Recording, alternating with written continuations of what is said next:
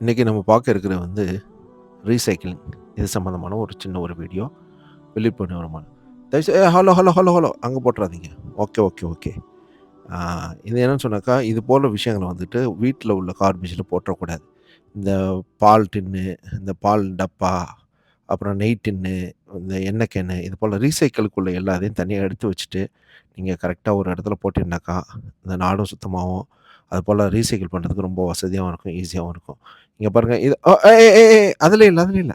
இங்க பாருங்க இது ஜெனரல் வேஸ்ட்டு. இந்த இதில வந்துட்டு நம்ம போட்றக்கூடாது.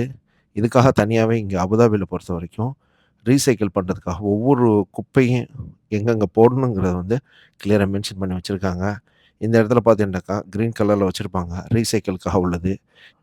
சின்ன சின்ன ஒரு விஷயங்கள் தான் பெரிய பெரிய மாற்றங்கள கொண்டுட்டு வர முடியும். நீங்களும் இத செய்து பாருங்க. இந்த வீடியோ பிடிச்சிருக்குன்னு நினைக்கிறேன். மறக்காம ஷேர் பண்ணுங்க, கமெண்ட் பண்ணுங்க, லைக் பண்ணுங்க. Thank you.